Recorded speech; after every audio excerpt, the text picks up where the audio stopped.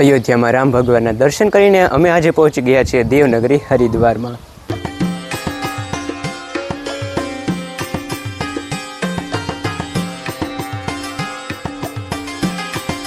તો નમસ્કાર મિત્રો, કેમ છો બધા? તો આજે અમારા દિવસની શરૂઆત થઈ છે કંઈક આ વસ્તુથી. तो गाइस इसे कहते हैं सैमसंग का चार्जिंग.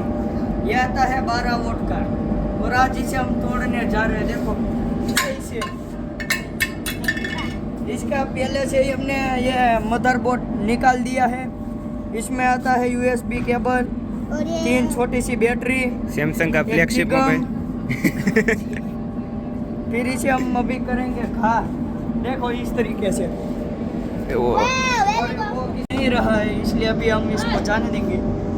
ये कैसे रहेगा और ये एक उस तरफ रहेगा. ये साथ આવી થોડી ઘણી ગમત કર્યા પછી હું ટ્રાય કરું છું યુટ્યુબનો ઇન્ટ્રો શૂટ કરવાની, પણ તેમાં કંઈક આવું થાય છે. અયોધ્યામાં રામ ભગવાનના દર્શન કર્યા પછી હવે આપણે આવી ચૂક્યા છીએ એક દિવસનો પૂરો સફર કરીને હરિદ્વાર. અને ગઈકાલે આપણે હતા અયોધ્યામાં જ. અયોધ્યાથી આપણે બપોરે નીકળ્યા અને અત્યારે વચ્ચે થોડા ઘણા હોલ્ટ પણ લીધા હતા. તો મિત્રો, અયોધ્યામાં રામ ભગવાનના દર્શન કર્યા પછી તો આ બધી જ વસ્તુ કર્યા પછી અમે જઈએ છીએ અમારી હરિદ્વારની સફર તરફ, જ્યાં સૌપ્રથમ અમે પહોંચીએ છીએ ચારધામ.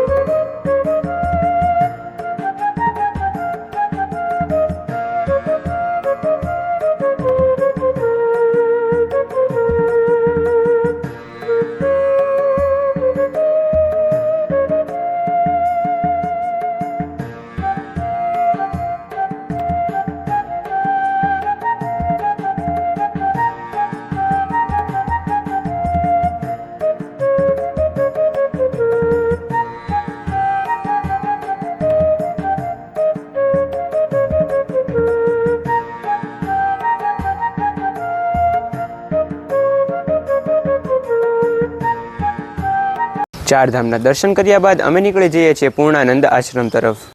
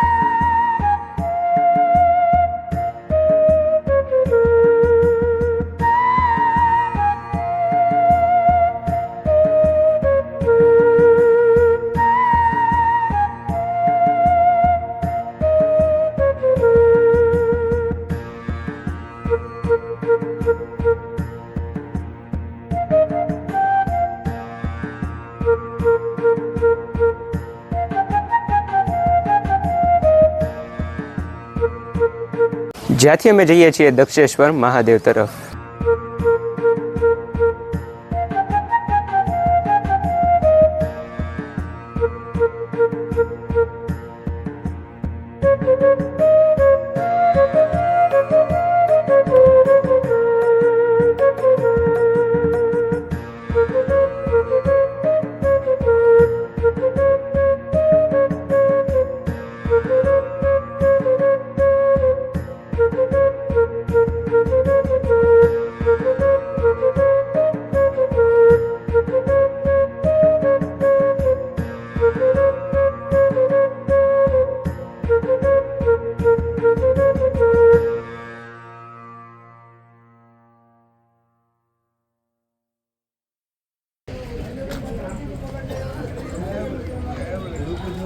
તો મિત્રો હરિદ્વારમાં આપણે આ ત્રીજું સ્થળ લેવાઈ ગયું છે, જે છે દક્ષેશ્વર મહાદેવનું મંદિર.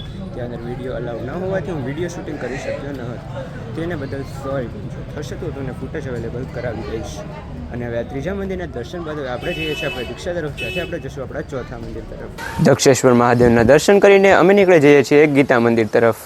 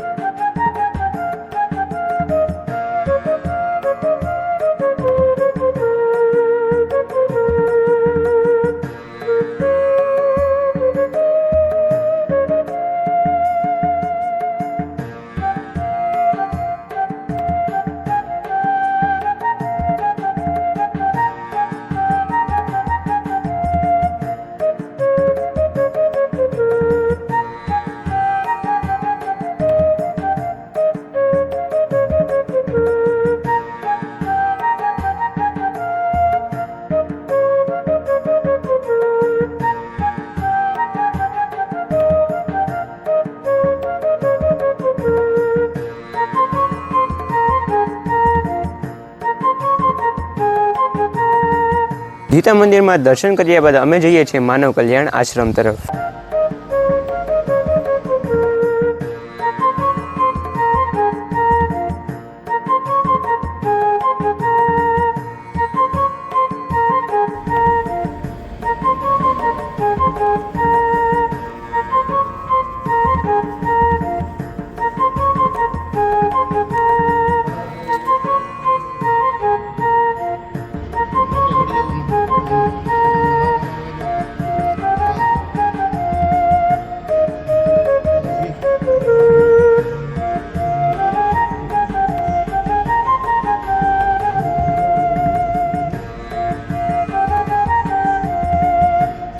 ત્યાંથી જો અમે મનસા દેવીના દર્શન કરવા જાવી તો અમારી આરતી છૂટી જવાનું રિસ્ક હોવાથી અમે સીધા જઈએ છીએ હરકી પોડી તરફ.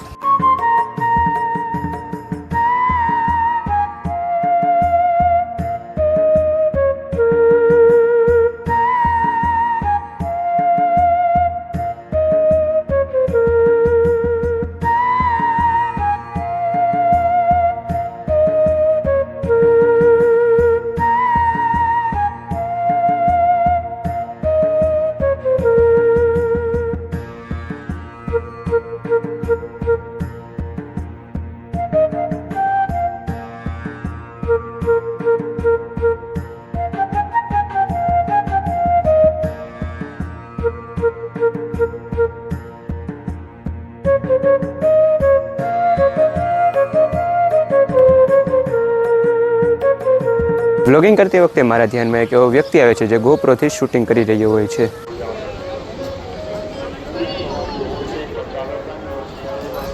અને તે વ્યક્તિને ગોપ્રોની સાથે ગિમ્બલ યુઝ કરતો જોઈને મારી અંદરની યુટ્યુબર તરીકેની આતુરતા જાગે છે અને હું તેની પાસેથી કેમેરા અને ગિમ્બલ જોવા જાઉં છું.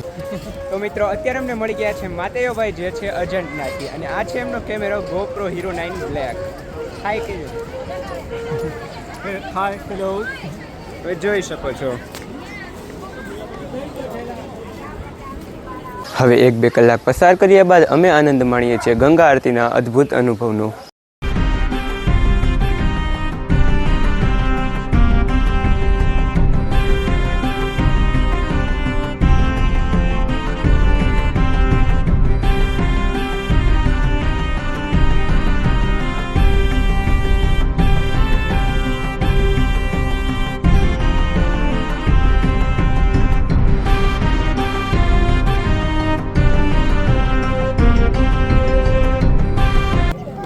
અત્યારે મેં ગંગા આરતી માટે ગંગા કિનારે બેસી ચૂક્યા છીએ અને હમણાં થોડાક સમયમાં ગંગા આરતી શરૂ થશે.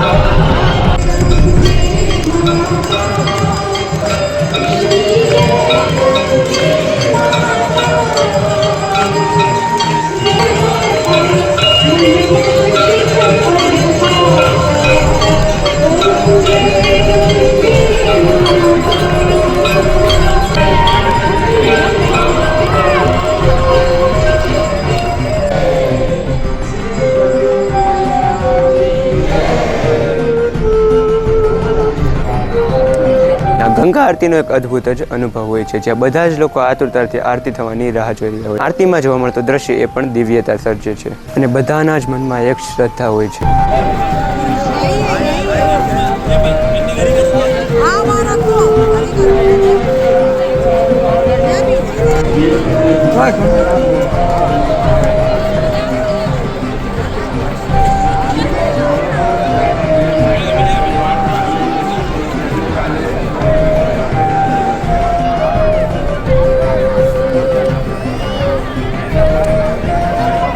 बैठ जाओ, यहाँ बैठ के पी लो, बीच में खड़े हो धक्का तो कोई देगा ही, आराम से बैठ जाओ.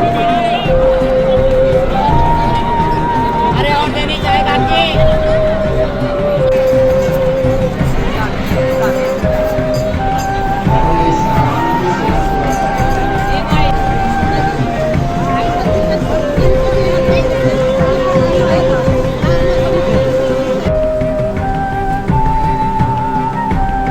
પણ હંમેશા યાદ રાખજો કે બધી જ વસ્તુ સ્ટેબિલાઇઝ કરવી આપણા હાથમાં નથી, અમુકમાં ખર્ચો પણ કરવો પડે છે.